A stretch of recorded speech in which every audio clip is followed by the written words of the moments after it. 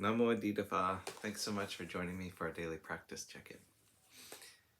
Listen, listen, listen. This wonderful sound calls us back to our true home.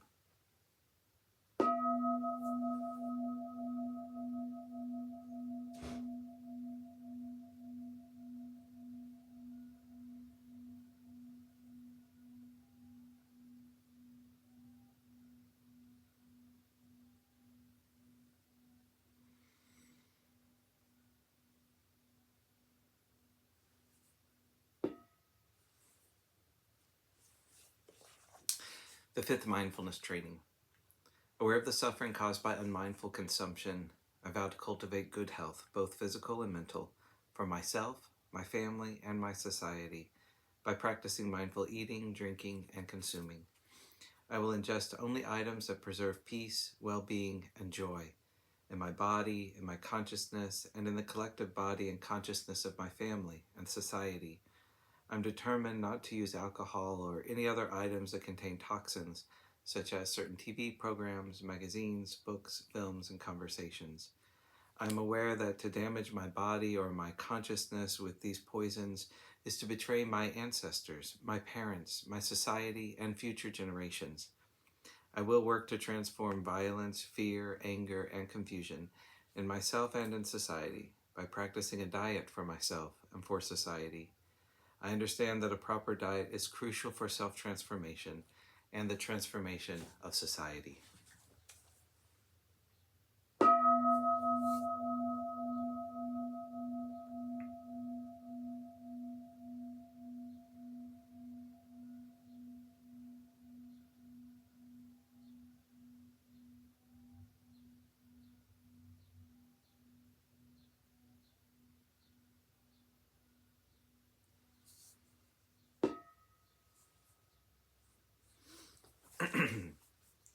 For Dharma lessons, we're reading Taming the Monkey Mind, A Guide to Pure Land Practice by Buddhist scholar Cheng Wei-an and Dharma Master Suddhisukha.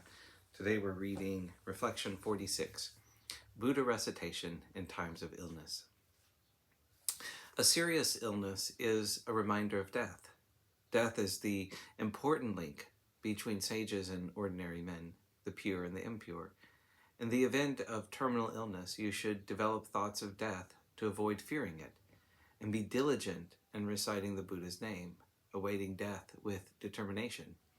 When the time comes, the light of Amitabha Buddha will appear to welcome and escort you, thus fulfilling your vow of rebirth in the Pure Land. If you stop reciting the Buddha's name when you're ill, all your feelings of attachment, fear, and affliction will create a turmoil in your mind, while all manner of sundry thoughts will arise. How then can you escape the path of birth and death? Once, long ago, there was a monk who, afflicted with a serious illness, groaned loudly, "Help! Help!" He then realized that a cultivator should remember to practice, and that to groan was wrong. Immediately he began to recite the Buddha's name. However, his suffering did not diminish. Therefore, each time he groaned, "Help! Help!"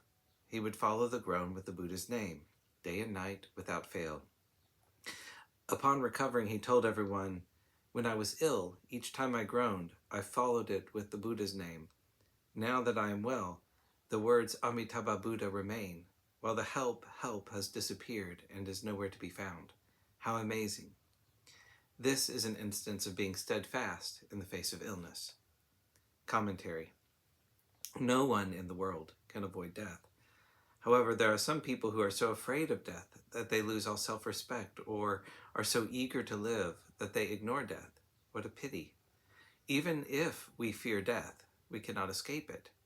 Therefore, fear is superfluous. Even when a relative, a very close one, dies, some persons do not dare to approach the corpse, let alone uncover the face and look at it. We should realize that death is ready for us at all times. Let us not fear it, but rather endeavor to ensure ourselves a future life where there will never be death, the path of liberation. Thus, we should redouble our efforts to recite the Buddha's name and not fear death. The death of this present body is but a temporary change of body. Countless impermanent bodies will succeed one another in the future if we have not achieved liberation.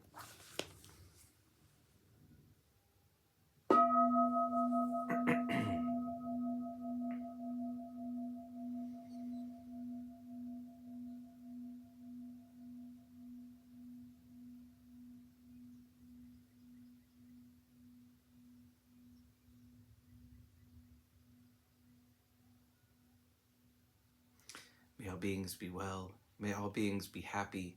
May all beings be at peace. Namo Adida Phat. Thanks so much for joining me today.